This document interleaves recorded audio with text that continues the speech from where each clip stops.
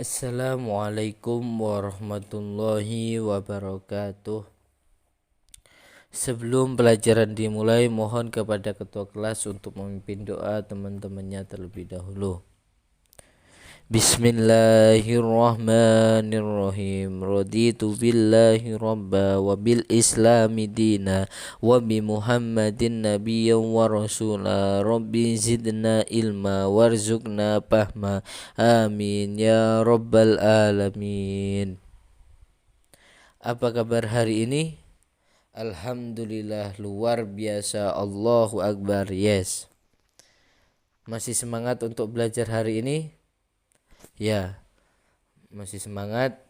Jangan putus asa meskipun dalam keadaan wabah corona COVID-19, kita tetap semangat dan tetap doakan teman-teman yang lagi sakit, mudah-mudahan diberi kesehatan dan bisa berkumpul dan bisa belajar bersama di kelas ini. Seperti itu. Untuk hari ini Bapak akan menerangkan sedikit terkait jujur membawa hidup penuh berkah. Mungkin sudah sangat fenomenal terkait pembahasan jujur dan setiap hari kita sudah melaksanakan terkait kejujuran itu sendiri. Mungkin ada yang sudah tahu terkait jujur itu sendiri apa gitu. Ya, untuk kata jujur adalah menurut Kamus Besar Bahasa Indonesia berarti lurus hati, tidak berbohong, misalnya berkata apa adanya, tidak curang dalam permainan atau mengikut aturan yang berlaku. Sementara kata jujuran merupakan sifat. Kejujuran adalah komponen rohani yang memantulkan sikap terpuji, misalnya berani menyatakan sikap, menyatakan kebenaran, terbebas dari segala penipuan, hatinya terbuka dan selalu bertindak lurus, sehingga seorang yang memiliki perilaku jujur memiliki keberanian yang sangat kuat. Oleh sebab itu, perilaku jujur penerapannya meliputi benar dalam perkataan, perbuatan, dan keadaan yang batin. Kejujuran menjadi pangkal kebaikan melalui kejujuran. Ada kedorongan untuk selalu berbuat baik sebab setiap manusia sangat senang diperlakukan secara jujur, sebaliknya sangat benci jika dibohongi. Di sini Bapak akan menerangkan terkait satu pembagian sifat jujur. Pembagian sifat jujur yang pertama yaitu jujur dalam niat. Yang kedua yaitu jujur dalam ucapan. Yang ketiga yaitu jujur dalam perbuatan. Yang keempat yaitu jujur dalam janji. Yang kelima yaitu jujur dalam kenyataan, tidak berbeda di antara hati, di mulut, dan yang diperbuat. Selanjutnya yaitu manfaat dan hikmah jujur. Yang pertama yaitu dipercaya orang lain karena dia tidak akan berdusta dan orang jujur tidak akan berbuat curang. Yang kedua yaitu memiliki banyak teman dan disayangi orang lain. Yang ketiga yaitu terhindar dari fitnah kehidupan. Yang keempat, mendapatkan ketenangan dan ketentraman hidup. Yang kelima yaitu mudah dipercayai dan dikenal. Selanjutnya yaitu juga kejujuran dapat dijadikan cermin dari kepribadian seorang, bahkan dapat dijadikan cermin dari suatu bangsa. Selanjutnya yaitu terbiasa melakukan kebaikan. Selanjutnya yaitu sangat dicintai Allah Subhanahu wa ta'ala. Untuk selanjutnya yaitu contoh perilaku jujur. Yang pertama, tidak menyontek ketika ujian sekolah. Yang kedua yaitu menyampaikan amanah dengan baik. Jika amanahnya berupa pesan, sampaikan sesuai pemerintahan, dan jika berupa barang, segera juga diberikan, jangan sampai hilang atau rusak. Yang ketiga yaitu berani berkata yang benar atau jujur walaupun akibatnya menyengsarakan, seperti kasus Siti Masitoh, tukang sisir putri Fir'aun.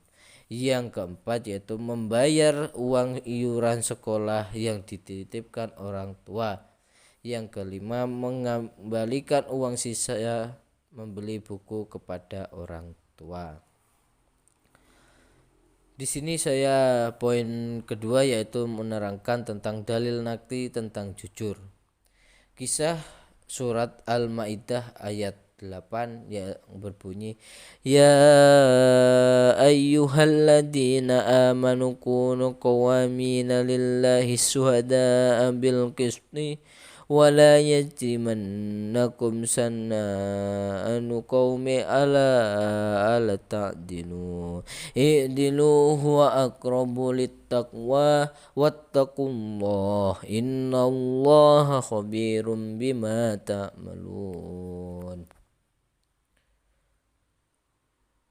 Berdasarkan kisah Al-Maidah yang di atas tersebut terkandung pesan bahwa melalui ayat ini Allah Sallallahu Alaihi Wasallam memerintahkan kepada orang-orang yang beriman untuk melaksanakan semua aktivitas yang penuh kecermatan.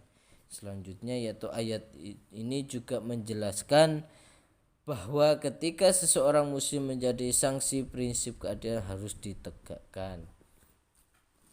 Untuk selanjutnya yaitu hadis tentang perilaku jujur. Bahwasanya berbunyi, An Abdullah bin Mas'ud radhiyallahu an qala Rasulullah sallallahu alaihi wasallam, alaikum bil sidqi fa inna sidqa yahdi illal birri wa inna birri yahdi illa jannah wa ma yajadlu rajul yasduku wa yataharra sidqa hatta yu'taba min indallah siddiqi wa iyyakum wa al-kadhib fa innal kadhiba yahdi illa fujuri wa inna fujura yahdi illa nari wa ma yajallu rajulu ya'dibu wa yatakharra kadhibal khata yu'taba indallah kadzaba. Isi kandungan ayat atau hadis tersebut sebagai berikut. Yang pertama yaitu perilaku jujur mendatangkan kebaikan, karena kejujuran itu sendiri merupakan kebaikan dan kebaikan bagi dari akhlakul karimah yang mengantarkan pada surga.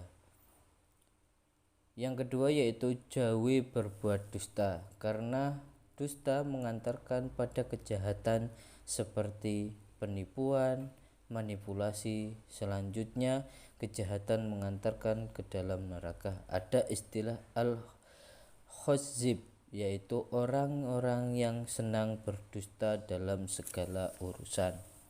Yang ketiga yaitu bagi sebagian manusia jujur menjadi hal yang sangat sulit, sebab sering dijumpai ketidakjujuran dalam banyak hal.